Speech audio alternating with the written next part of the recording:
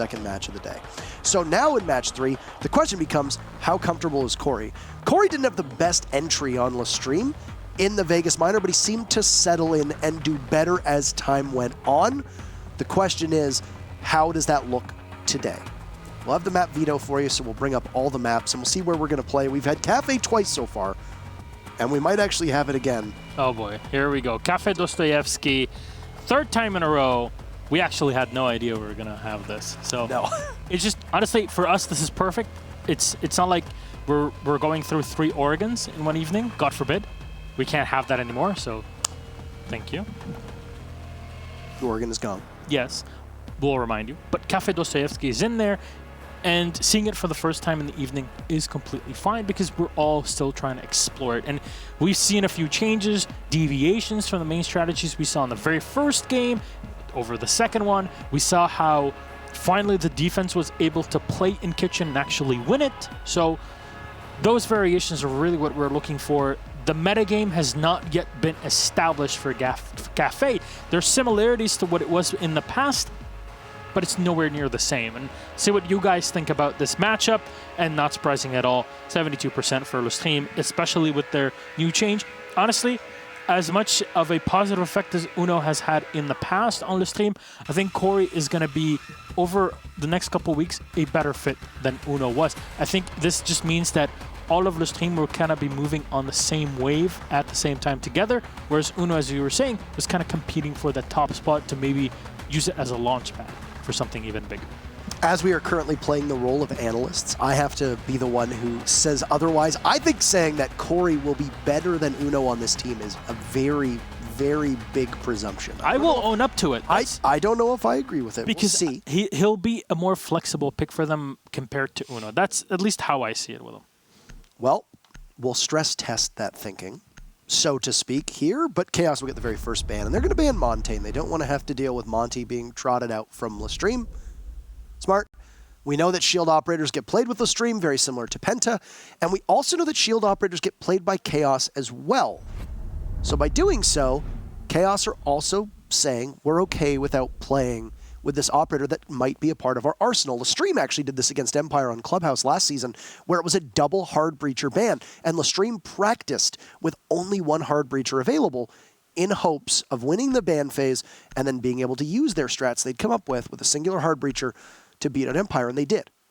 They handed Empire a pretty significant loss. Now, joining Montaigne will also be Dokkaebi and Mira, as is tradition with Europe, so third match, third Mira ban. Will this be an Echo or a Maestro? I would suspect Echo. Valkyrie, interesting. Yeah. So we have quite a wide swath of operators that have been banned so far. Hibana, Zofia, Maestro, Mira, Maverick, Lion, Echo, Monty, Valkyrie, and Dokkaebi have all been banned on Kafe so far through 3 matches. The only duplicate has been Mira 3 times in a row. Not surprising again for Europe, as you highlighted very clearly. Here, the only really surprising pick was the Dokkaebi, because this is LeStream's ban. So they're usually a team that's very comfortable playing the Dokkaebi. It's an operator that Aces has been able to play very effectively in the past, so it's a bit surprising. But Chaos also has had a lot of success with it.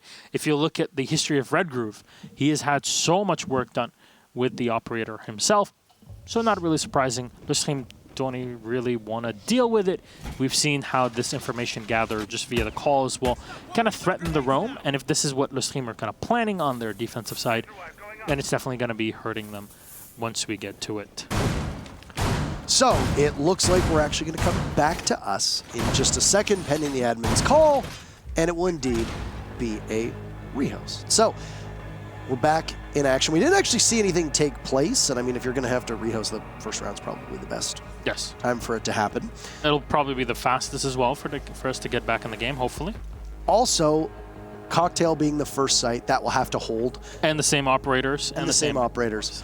Valkyrie is a very intuitive ban when it comes to Kafe. She's an exceedingly popular and powerful operator on a lot of sites and also on a lot of teams.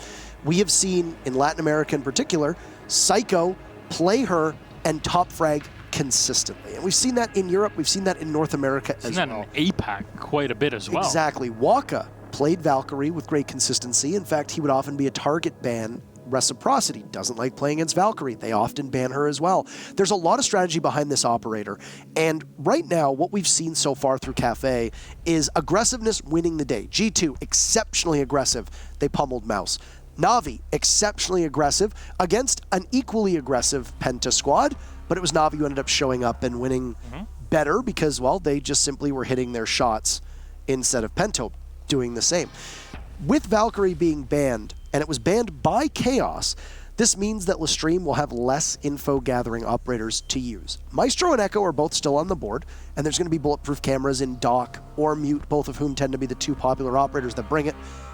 But it's a tool where Valkyrie can throw her cameras outside, give you intel for runouts, and give you intel for jump outs. It can give you information as to where the attackers are going to come from. You can't do that with any of the other operators unless you put yourself in significant harm's way. Maestro placing an Evil Eye cam outside, or Echo throwing his drone out for the 2 seconds until he loses control of it. This is information that means that when LeStream is on defense, they're not going to know as well if Valkyrie was unbanned as to where Chaos was coming from. And that is a sigh of relief for a lot of teams because you might not need to bring a flank watch operator like a Nomad. You might not need to bring as many Claymores because they're going to be flying blind on defense because they won't have that information from the cameras being outside. Yep, it's just in general a lot of flexibility.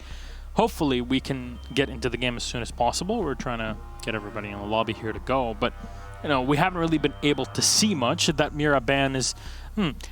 Actually, I really hope we get a few games either in EU or over with the NA, APAC, or LATAM over this week, just to see on Kafe if Mira really is that strong of an operator to play against. Obviously, it's a very different site than map and sites that it was before, so there's a lot more flexibility to play Mira windows. Even if you look at the bar site that we were at, you could play it from the upper end by the A-bomb site. You have the walls that you can use that were not really present in the past. There's a lot of things that really shake up the game. That's the entire point of the rework, but maybe that's really what makes Mira so powerful in this sort of situation. A former member of the coaching staff of Mocket Reaper, who's now, I believe, the analyst for Rogue, once said that Mira in Europe tends to be a feedback loop, which also happens to be an image of an Ouroboros, which is the logo from Chaos. So it actually fits quite well here, the snake eating its tail, is that you ban Mira all the time, so teams don't play Mira, which means that you can start working around Mira, which means that you don't see Mira because people are used to not playing with her, and then all of your strategies evolve around her, and her pick rate will drop even if she is unbanned because your strategies don't involve her at all. And at LAN events, we've seen that Mira's pick rate, which is quite high, drops an awful lot because European teams need to play against North America and Latin America, both of whom use Mira an awful lot, and even APAC too, who don't ban her quite as much. So there's a global strategy to it that European teams need to be ready for that. But when they're talking about inter-regional play here, you're not used to scrimming with her. You don't scrim against her. You don't have her in your lineup. So you just ban her, and then you ban her consistently. And it puts you on more even footing because you know how to work around it because you don't see her all that often.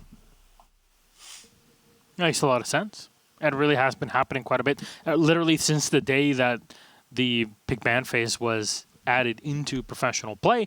We, of course, have to go for the same operators that we had before. So that is what we'll have, and we'll go back to the bar as our very first site. Again, round number 1 between Chaos and LeStream. Our third time this evening, Kafe Dostoyevsky.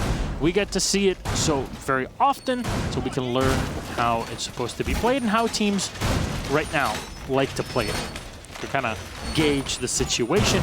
A lot of reinforcements coming down from Chaos here along the frontal parts of the site, something that you used to see quite a bit in the past. Teams like Rogue, for example, were known for opening up a lot of the walls and playing in that sort of flexibility, but that was before the operator bans existed. Those were less rounds, the site rotations were different, and Mira wasn't really banned the whole time. So it was also still a linchpin of the defense with kind of Sidewinder style mirrors that are set up in the fridge so you can play from the A site. It's still a strategy that you can operate to this day. I'd speculate that double hard breach is a pretty common strat here on Kafe for teams, and that would indicate why Hibana was banned in match 1 of Pentanavi, and then we saw Maverick being banned in the G2 Mouse matchup. There's no hard breacher ban at all. So you've got lots of tools as an attacker to cut through all these different walls. You're not going to rest solely in the hands of Hibana, who excels at getting hatches and opening up smaller areas to get in, or Thermite to be able to open up much larger portions of the walls. And Kafe is a pretty good map for Thermite because it does have a lot of those broad walls. We see it down in Kitchen Bakery on that first floor. We see it at the double wall that's next to Piano at the top of Red Stairs. You can also see it on the back portion of Dining Hall. There's a lot of places for you to be able to put an exothermic charge down and be able to put a lot of, I guess you could say, pressure on the defenders. Here, unsurprisingly, LeStream will be running with the double hard breach. They do this a lot as a team no matter what bomb site they're attacking and no matter what map it is. But on Kafe, it could prove to be quite effective. And so far, LeStream kind of taking their time, and doing so, they'll lose Hicks. So the Capitao, a very important operator, has been taken off the board. Vitaline's still playing in the back, so had the Capitao existed, maybe you would have been able to deal with him later on in the round. Red Groove just trying to do as much damage as possible, at least delaying the buck of Corey as he enters through into Piano.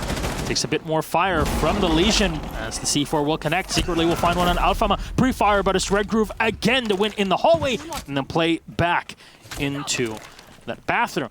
Now, right now, LeStream with 2 players alive at Aces and Rise, they're definitely going to be in the back foot. This is very tough as LeStream will try to dig themselves out of the Piano room and move on over towards the corridor, but it's being watched and patrolled by Chaos, so they've got good map control still. An inability for LeStream to enter successfully. They don't have very much to show for it. Aces will take out Vitalin, but he'll lose Rise in the process, so he'll be a one-man army to try and pick up this diffuser. He'll grab it. But it's a mute jammer that will stop some of those XK rusts from going off, and the entry that LeStream was looking for will not be quite as successful, and Evil Eye might also spot Aces, who walks in. It's Red Groove looking the wrong way, but he's trapped inside of this bar back storage. He emerges from the freezer, and that'll be it, as Renewals will stop him in his tracks, close the door, smile, and Chaos will take round number 1. Many, many smiles here for Chaos. And really, it's always Aces that kind of winds up in situations like that, and sometimes he definitely is able to win them, so you have to be very careful. The Hibana is not usually his go-to operator, that's for sure, but still a lot of work that could have been done. And in there, losing the Capitao really, really helped Chaos. Well, taking out the Capitao really helped Chaos throughout the round. Really put LeStream on the back foot. They didn't really know how to adapt to the loss. Their play was, okay, let's push Piano play off of there. But Red Groove was still in that position to play against them in the hallway. Even with the entire wall being reinforced, if you look into bathroom or into the freezer, it was still enough for Red Groove to just peek off of one angle. C4 from below, there was operators giving him information on what's going on above him, so it was just a matter of time until the kill happened. Just a bit of a mistake there and a miscalculation from LeStream. Again, we'll see a similar lineup and setup. What we saw with G2 with the half-reinforced wall, the rotation hole, it was the opposite with G2, but it's still a similar fashion. Chaos will try to defend this. Castle has definitely been a big operator we see on the site. Is there going to be even a rotation hole around here? Not yet. There's still an impact grenade in the back pocket of Secretly. He's going to use it around here by the bar. So easy rotate at the bottom of Red Stairs. Last round really could have gone either way. There was 2 gunfights that I got to see where if LeStream hits their shots a second sooner, it ends up becoming a 3-3 instead of a 5-2 or a 4-2 or a 4-3. That's tough luck. It comes down to taking a 50-50. If you're going to be involved in a gunfight with no utility, no concussion, no flashbangs, no goose to obscure your vision if you're an attacker, etc., and you're just going to lose those fights, well, it just comes down to who hits their shots first and who hits harder, and it was Chaos down the board there. So this time around, a bit more passive play from LeStream with this lineup could pay dividends. Now, keep in mind that when you're attacking Cocktail, Capitao is probably one of the strongest operators that you as an attacker can have. And LeStream weren't able to utilize the Capitao at all because Hicks was the opening death for their team. This could have completely and fundamentally changed the way that LeStream was looking at attacking this site. And in all reality, could have allowed Chaos to play a lot more aggressively without having to worry about getting shut down from these asphyxiating bolts that can come out of Capitao's crossbow. Now, in this round, it's going to be a kitchen defense. That's a free kill for Secretly. He's going to look for a second. What a beautiful shot from Secretly. And Corey missing the 1v1. which will now put Aces in a position to be able to go after him, and there wasn't much to do with Secretly, but Aces will get the last of him. That's a good recovery from LeStream, but that's as far as it'll go for the time being. And a castle without his barricades and without impact grenades is basically just a gun. You're not taking out a big utility operator like a Maestro or an Echo. This, once again, could prove to be a mortal blow to LeStream as they've lost both a Buck and a Capitao in the ensuing fight. Two of your most technical operators being eliminated there with just one fell swoop. Again, as you mentioned, Chaos didn't really lose anything in that gunfight. They lost the castle, yeah, sure, but he's not really there for anything throughout the round. As long as he used all his utility, it's completely okay, and he already did, and he had 2 kills on top of it. Very well done there by Secretly, and a bit of a misplay by LeStream. Again, a single fault like that is just going to be capitalized so quickly upon by your opponents in high-tier competitive play, which is where we're at here in PL. And finally, we'll see the cleanup there of the Maestro Evil Eye. Even though it was open, there'll still be some utility by the Zofia to open it. Lesion around the corner, and he's going to be spotted. Rise will find Red Groove, but still a 3v3. Saw the elbow of Red Groove as he was looking the wrong way, and Rise very wisely knowing exactly how to approach that. It's now Crips who could possibly be in a dance to the death with Aces. So the Type 89 will rattle off. Vitalent's there to finish the fight that Crips had started, and now it'll be up to Rise to push on in. Alfama's in. He'll find a kill on the renewals. Continue on! Oh, but Crips comes out of nowhere to save his teammate. Vitaline is down, so it's all up to Rise and Crips in a 1v1. Rise has 1 kill so far. He'll have to retrieve the diffuser with 10 seconds left.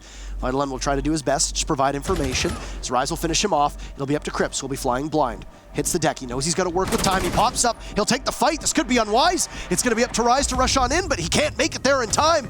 And just a stealthy play from Chaos. Crips in particular to keep this round in his team's favor, and a second will go on the board for Chaos. So many chips that stay in the pocket of little old Crips. He played that so well, and people want to say, yeah, why didn't he peek? Why didn't you just play against it, win the fight?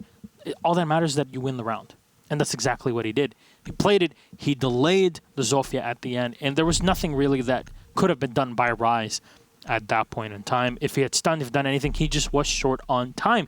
The execution from the stream just took way too long to enter, and when you see the fact that they had lost, 2 players early on in the round for free, you'll understand that this kind of makes sense, that they lost time. It took them a while to put themselves back in any sort of positive position, but this is where Chaos are able to capitalize on, and they get 2 rounds to the 0 of LeStream.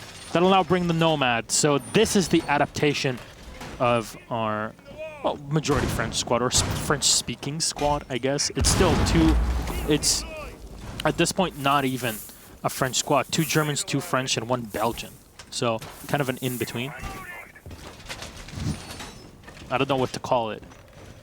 I mean, they're a European squad. Bega France, Bega Fra, whatever. I'm not the one who speaks 17 languages. Me neither. Not with that attitude, you don't. One day. One day. I think there's some ways of learning it. I think there's some books, there's some movies, there's some applications that help you through it. It's always good to learn new stuff, because you don't just learn the language, you learn the culture around it. Wise words from a well-traveled man. Thank you very much. I hope to keep traveling with you alongside you for many, many 13-hour flights. Not as well-traveled as we have been in Pro League today, as we have been on Kafe every single time. And every team has played this differently so far. We've seen these double hard breach combinations. We've seen a lot of gridlock play. We've seen extremely aggressive play involving tons of soft destruction because you don't have the hard destruction available for you. And this is very common when you're trying to find out where a map sits. We saw Villa the first couple times it was played. The same with Coastline. There were a lot of different combinations being brought out from teams. And of course, teams will always change things up to fit their play style the best. LeStream, as a team that is very well coordinated, they usually land their shots. They're currently being outfoxed by Chaos every step of the way, except in this round where Secretly is the only person who's taken any damage. And despite the fact that he takes a lick and he keeps on ticking, that'll be a C4 caught by Alfama, but in all the wrong ways. One of the 2 hard destructors for LeStream is down, and they typically will double up, as I said in previous rounds, so it gives you a little bit of an insurance policy. Impact here from Red Groove, possibly looking for a run-out or anybody on the outside. Well, he won't find anyone. He'll just take a lot of damage in the opposite end of that hallway by Corey. He's going to stay behind the reinforcement, but this is a pretty good spot to use. Very difficult to push players out of this spot unless you have control of the outside window on the rappel. But it's not the case here by LeStream. Secretly, he's just going to prep for fire his opponents from below, as the Nitro Cell had already been used. And Rise will find one on Redgear, finally eliminating the lesion. This trend line will continue here as we are on the reading site as to whether or not Chaos will hold on, playing quite aggressively. Only a minute left for LeStream to work with, but still plenty of time. Secretly still existing with the same amount of HP he's had since the very beginning. Rise taking a bit of damage and Corey as well. So we're basically at an even fight here. But we've seen teams struggle to transition away from that third floor to the second floor. And a key part of that is the stairwell control. If Chaos can continue to keep bodies on the stairwell, then they're in really good shape. A beautiful shot from Secretly through that fireplace. And he'll continue to move on up. Stairwell control will fall, though, as Crips gets taken out from Hicks by the cigar balcony, and the Capital losing a lot of HP in the process. Nobody from LeStream is at full HP. And even though the guns don't pack a punch on Chaos, it's not going to be too many bullets to take most of them down. Not a lot of utility left on Chaos' side of things, so they're just going to have to win the fight. It's another kill from Secretly, finished off from Corey. Hicks takes out Vitaline, so Renewals will need to do his best, but he can't control the recoil. Expecting a push from behind. Where's the coverage from the Capital? This is going to be very challenging for him, and he can't dance around the doorway as Hicks will hold the angle, and LeStream by a hair will be able to take it. Target prioritization for Chaos could have been the savior there, but Nomad's position, unbeknownst to them, behind the bookcase, that'll be enough for LeStream to take the round. Every single round so far has just been way too close for comfort. And this is LeStream, even when they have an advantage or an equilibrium in terms of numbers, or even when they have an advantage, it's still kind of slow on their execute. I'm not too sure what's going on here. Maybe it's just not being too familiar with how the map's rolling so far. Maybe it's just unsure of how to work as a unit, with Corey being the newcomer. But it's still not the same level of aggressive play, or not just that, but more methodical advances into the map. There's a lot of, okay, we're droning, or we're sitting back, and you saw in round 2 how that sort of mindset and that sort of play cost this team 2 very important operators, and the entire round, arguably, with Capital and Buck being lost for free for the castle. You have to be more proactive, and the team are known for being more proactive, but was it just the fact that Uno is on the squad? Or is it just because now they're kind of unsure of how to lean their way into it with Corey on the crew? I mean, from what I saw of the Vegas Minor, which admittedly was not every single match, it did look like Corey took some time to gel with the team. Now, your speculation at the start of this matchup was that Corey will eventually fit LeStream better than Uno did. I hope for LeStream's fans' sake that's true, but right now it sure doesn't look like Corey has fit in the same way. He hasn't as much of a defined impact, and in fact it's been other players like Rise and Aces who have really been shouldering a lot of the weight for this team, not just through Vegas's minor, but also now here in this particular matchup. Because of this, they moved Corey off of more of a fragging role and put him on the support-oriented role of Thatcher. In the meantime, this early push from Chaos almost cost Aces his life. Secretly taking a lot of damage in this one. He's definitely been doing quite a bit of work here for Chaos, to say the least. Flashbang being thrown in, but there's already a mute jammer here to stop the drone from moving. Corey will throw in the second EMP here to destroy that jammer right behind the wall and the entrance into Cigar.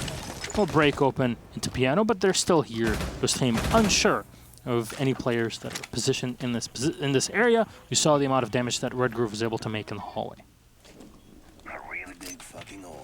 Opened up here by Alphamat, try to ingress into Piano, but there you go. It's at least opened up.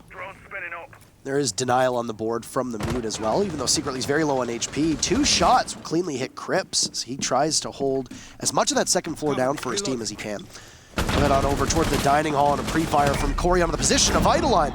There's Corey showing up big when they need him the most, losing 50 HP in the process, but claiming a very important trophy, as you're going to have the only ACOG that's available on Chaos eliminated from this matchup. And in a powerful position as well, standing over on the cocktail balcony, you can watch both of the hatches.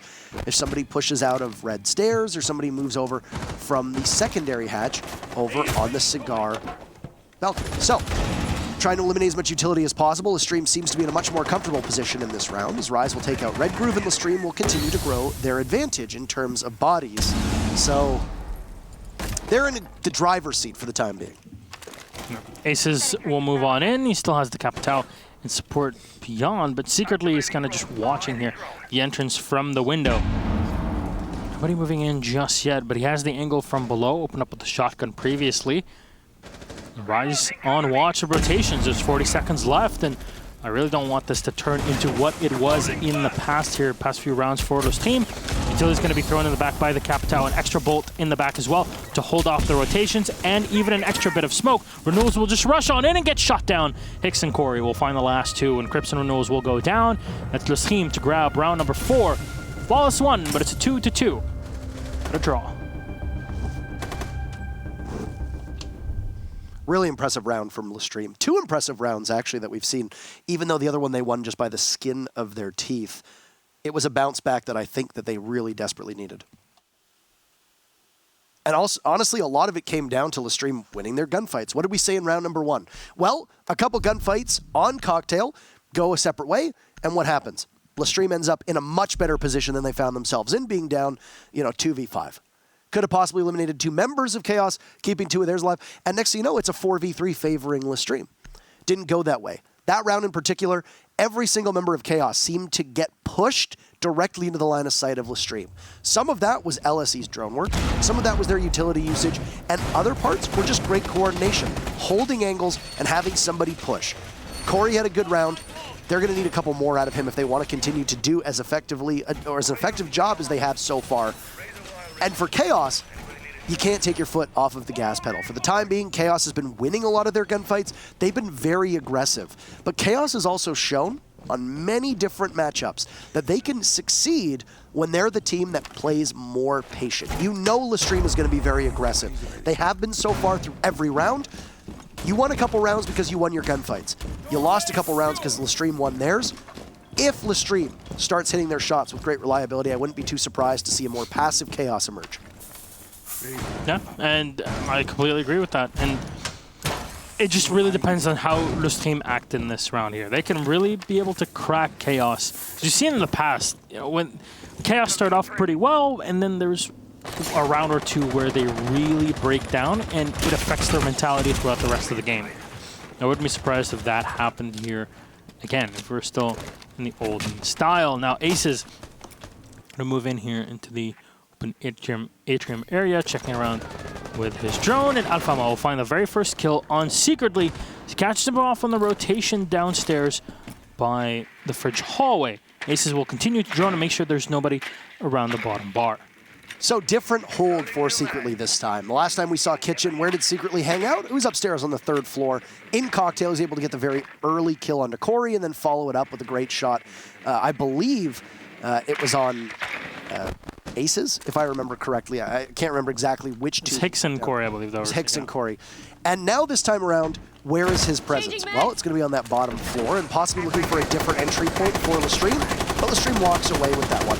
Not only is it going to take some presence away because you know that there's going to be one fewer roamer that you have to watch out for, but additionally, it's somebody who's been hitting their shots.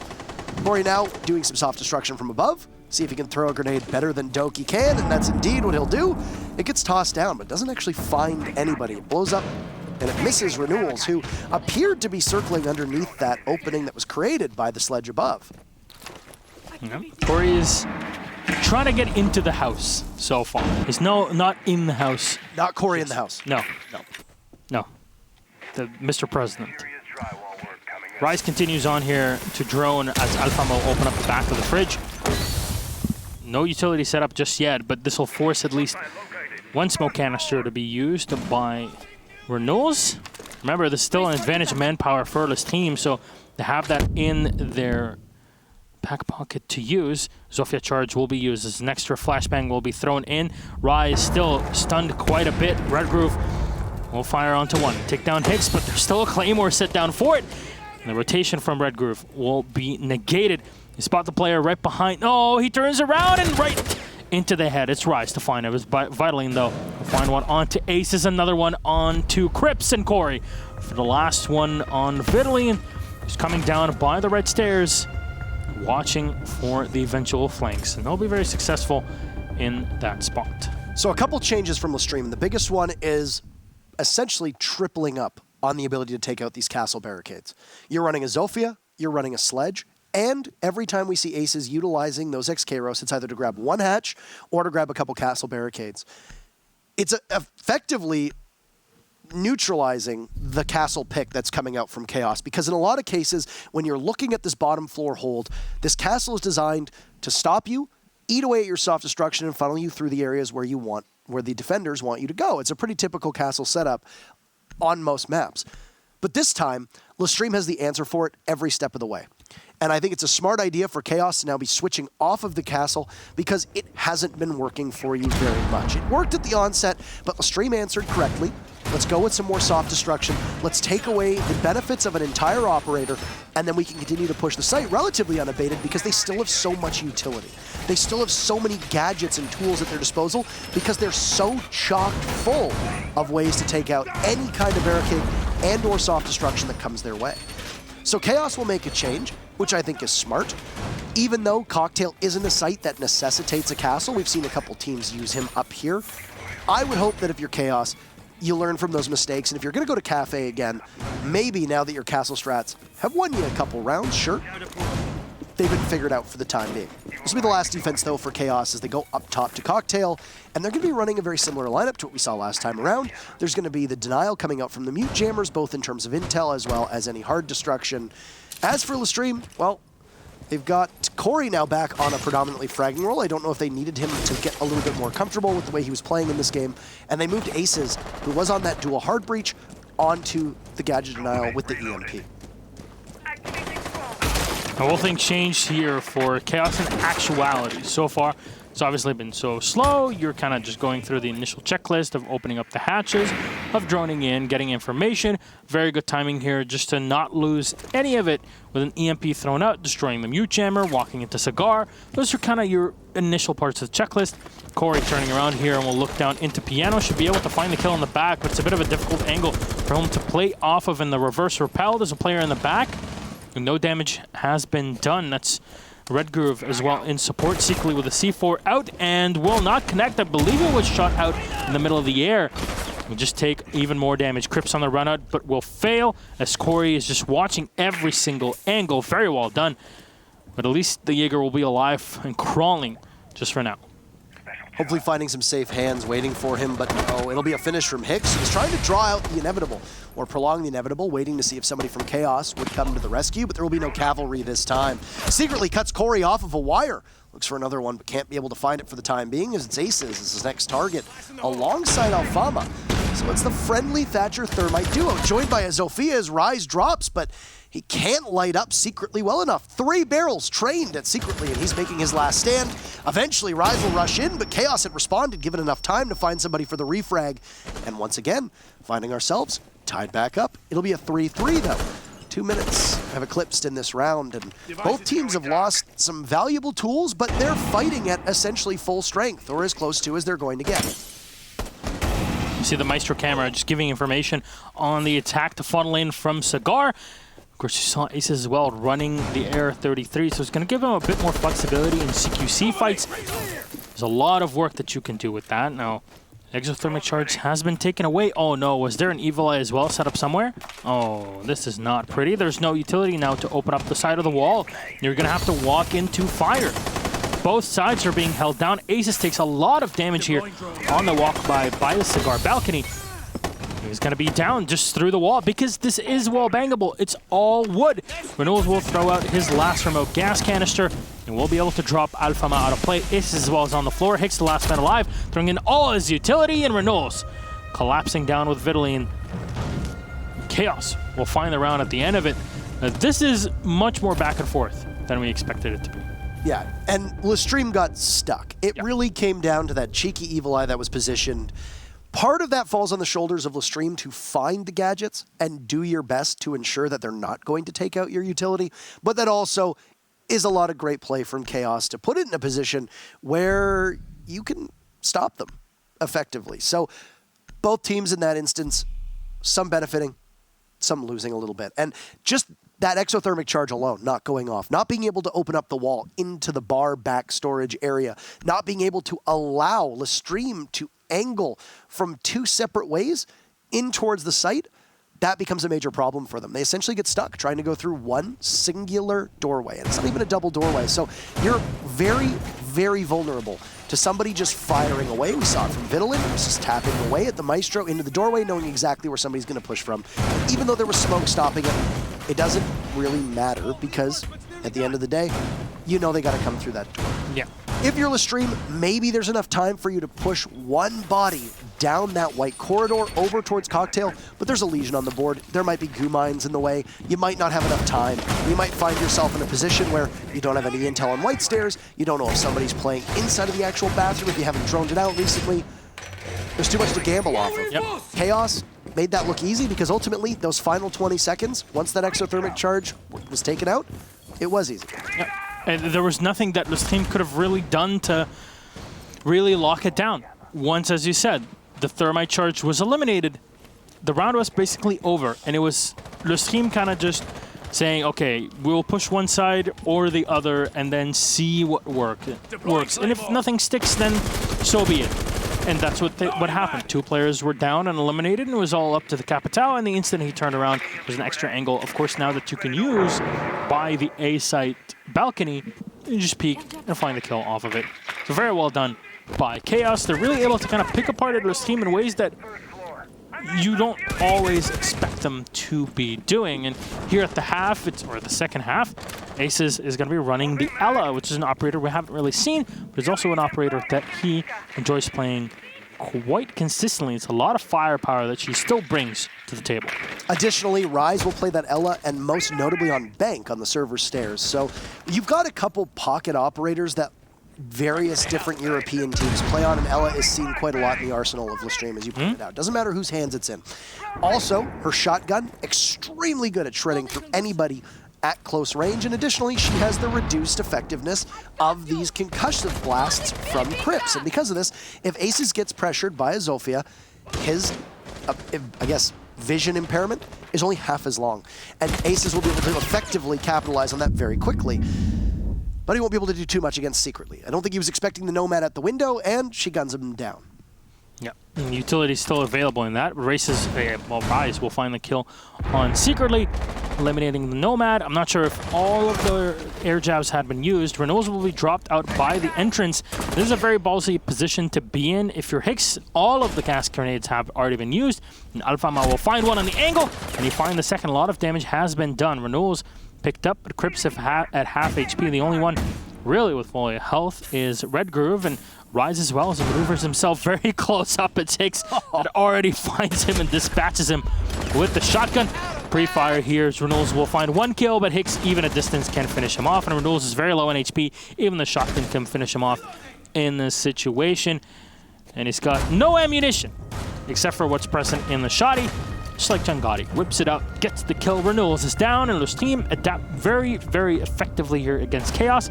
Chaos barely were able to enter the building. They set foot and then they died. That's no Swedes allowed. I remember back in the day when Smoke only had like 80 bullets in his magazines and in reserve for the SMG-11. And it was very common for you to run out very fast. Yep.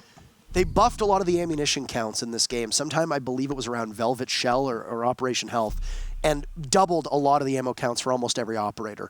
This opened up a lot of different ways that both the defenders and the attackers could reshape sites. You had a lot more opportunities for caliber-based destruction because you didn't need to be as stingy with your ammunition, or as careful, I think some people would say.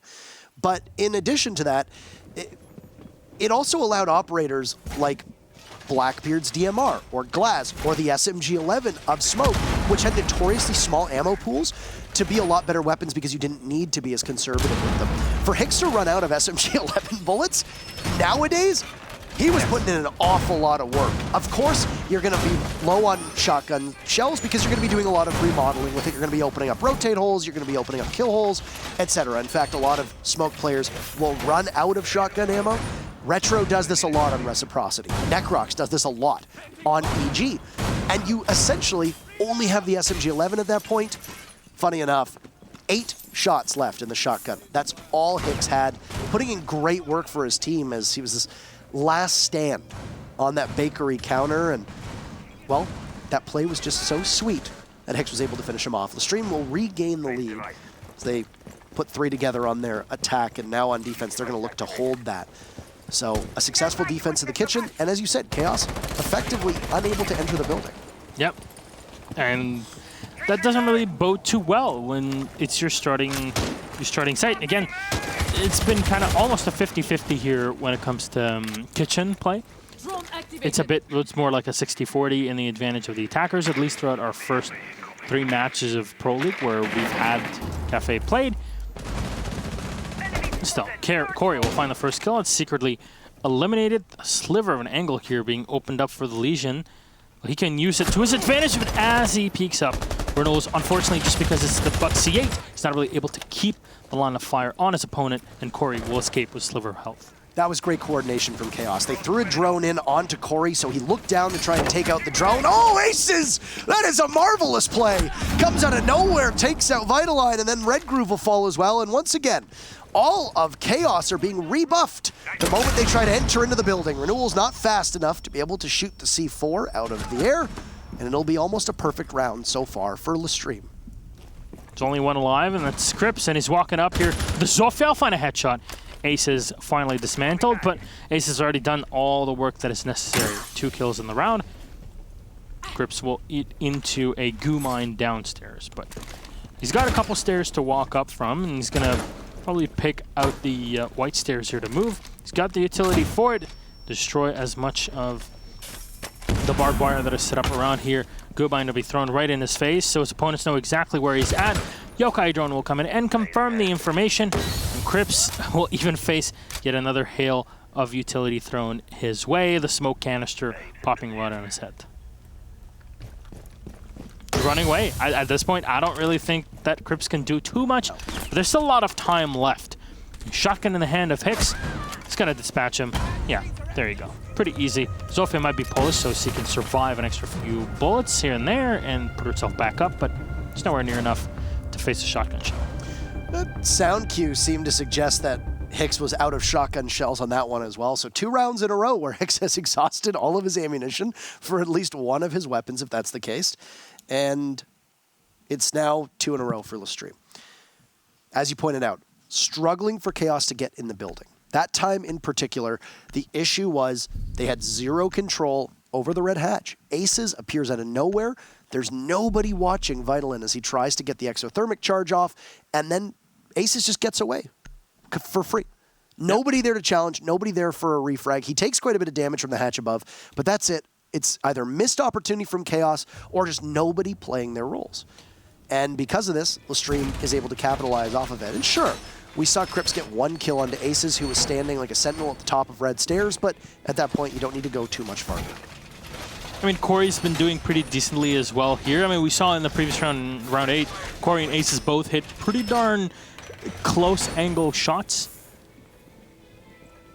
It's not really something that we're expecting to win, but both of these players are well known for taking the peaks and winning them more often than you expect that they'd be able to do. Corey's going to be playing the Pulse in this situation, so more of a supporting role, and Pulse did get a buff very recently, so it allows him to switch between his weapons and his cardiac sensor much faster. You feel that it's faster, you know that it is, so it's more comfortable to deal with it. There's not that awkward delay anymore between switching between those 2 bits of utility and your weapon.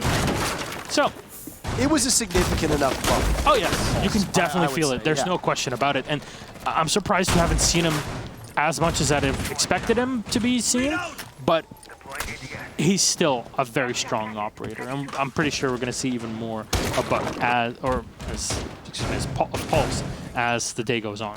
Perfectly acceptable. We were watching a Buck there in the process. Having won their kitchen and cocktail defenses, it's a 3rd site on the board for LeStream. They're going to have to go to one of the 2 second-floor bomb sites. They will be defending Dining Hall no matter what, but the question is, do they go to Reading or do they go to Mining Hall? In this case, it's going to be Reading that's been favored, and it's been favored for 3 maps of Kafe thus far. Interesting to see the way that there is a change two new additions, and there's been quite a lot of praise being heaped on the new Kafe, both from Fabian and from Doki so far in the 2 interviews. Secretly, we'll start things off for Chaos. Shut down immediately by Hicks playing on these white stairs. Those are the red stairs. So white stairs. They're the white stairs? They are the white stairs. Yeah. Yeah, that's correct. It's completely Those understandable. Thank you for showing me the red stairs. I appreciate that. Yep, that's it. I get it. I got it wrong. Very patronizing. Thank you for, yep. And those ones are the white stairs. Great, thank you. Awesome. I think they're called that because of their color. I am extremely under the weather, so you'll have to forgive me when I say things wrong. It's okay. I haven't cast it in ages as well. So. Yes, I'm very sick, so I apologize. That's why my voice sounds the way it does. And you're kind of dying as well, right? That's what we ended up. He consulted. He went on the internet and he found out. I diagnosed myself on Google, and that's the worst thing you can do. Well, don't do that. Alpha will find the kill though on Crips. Looks like Crips was trying to diagnose himself online, and well, he ended up just going down. Both Crips and Secretly now out of the play for Chaos. With Corey taken away, sure, it's the Pulse, but both the Zofia and the Nomad have been eliminated, and Secretly wasn't really able to use his utility too often. I don't know if Alfama was worried about getting spotted there, because it definitely looked like his position was being known, and Aces will try to get away, but he won't get quite far. It's Vitalin who shuts him down. And Vitalin losing a lot of HP too. So Red Groove is at full health, but the rest of LeStream are primed and ready, and with Alfama running with the shotgun SMG, he can engage at either close or short range. Rise as well, having the best gun still on the board. There's not a lot of shotgun bullets left, but, I mean, you've got 14. That's plenty. That's all he's going to need. I don't know if Alfama knows. Why do you look away?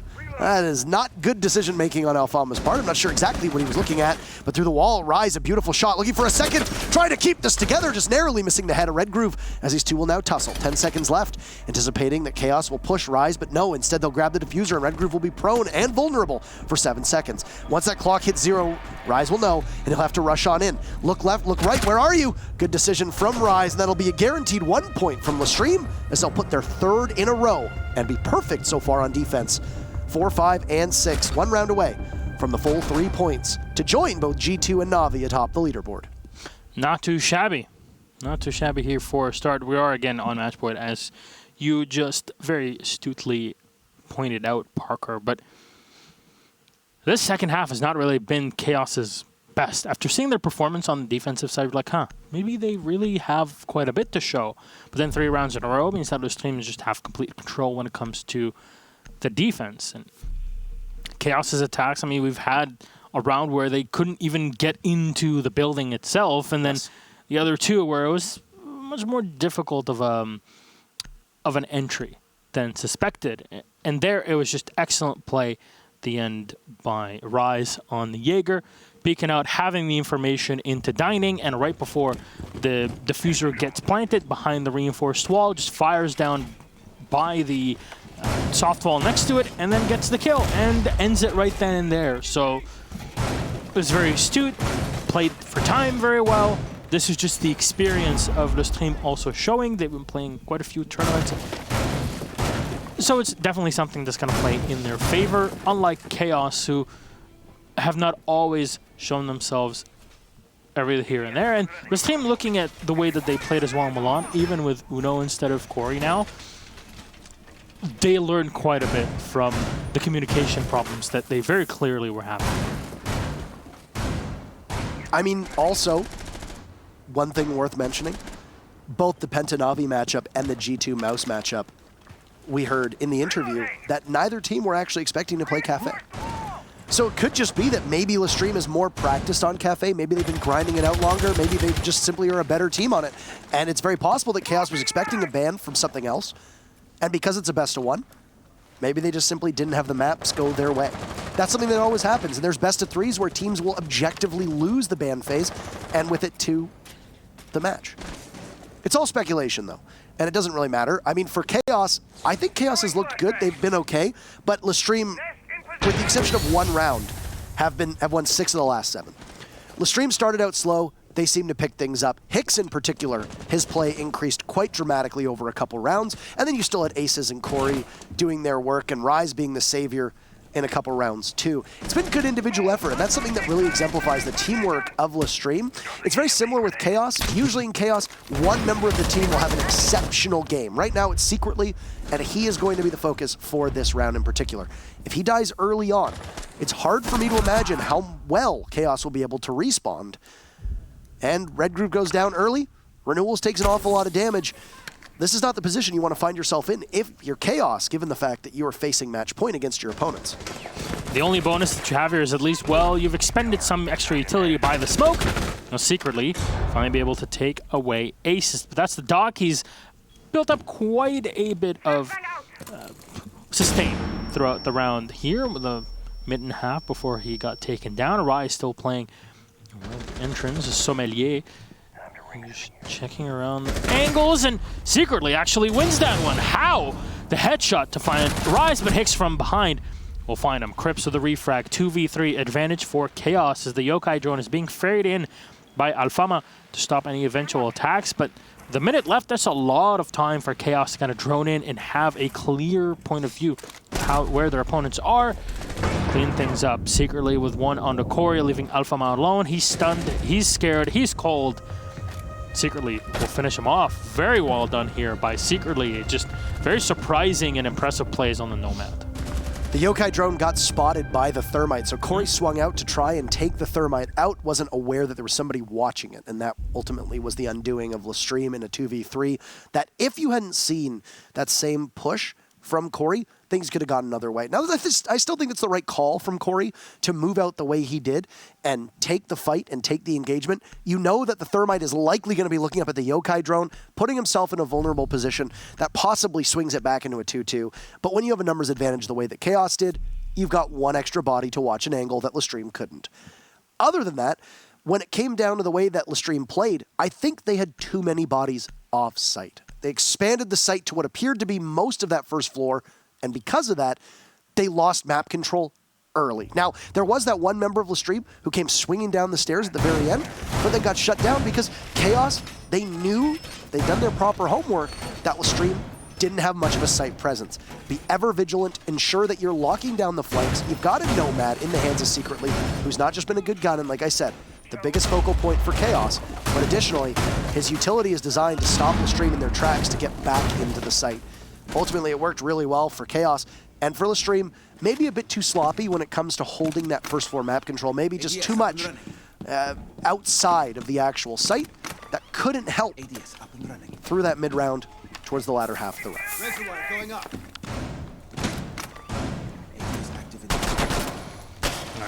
Rice so far just kind of setting up.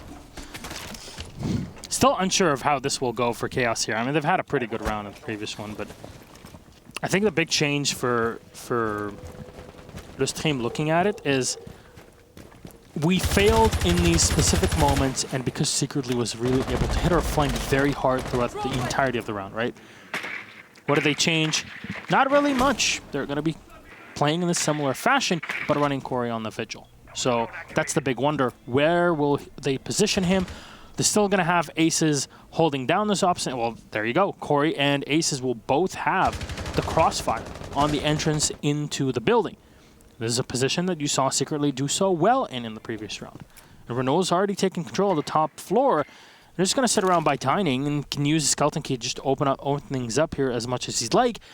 Interestingly enough, Chaos are only bringing one hard breach. This is something that we didn't really see from their opponents.